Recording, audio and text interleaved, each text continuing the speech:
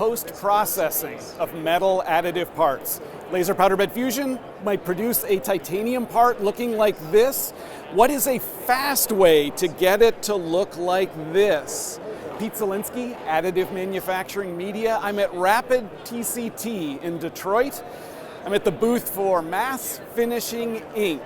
They sell systems for centrifugal finishing, high energy finishing process using centrifugal force.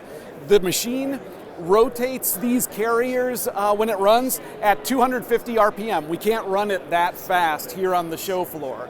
Produces 13 G's worth of force. By comparison, vibratory finishing can generate something less than 2 G worth of force. So, in vibratory finishing, achieving a finish like this could take 10 or 20 hours, can take just 1 hour through centrifugal finishing. Different media are used for different types of parts, different materials. For hard metals, heavy ceramic media might be used. For a softer metal like aluminum, plastic media pieces might be used. Another potential benefit, centrifugal finishing does not need high volumes.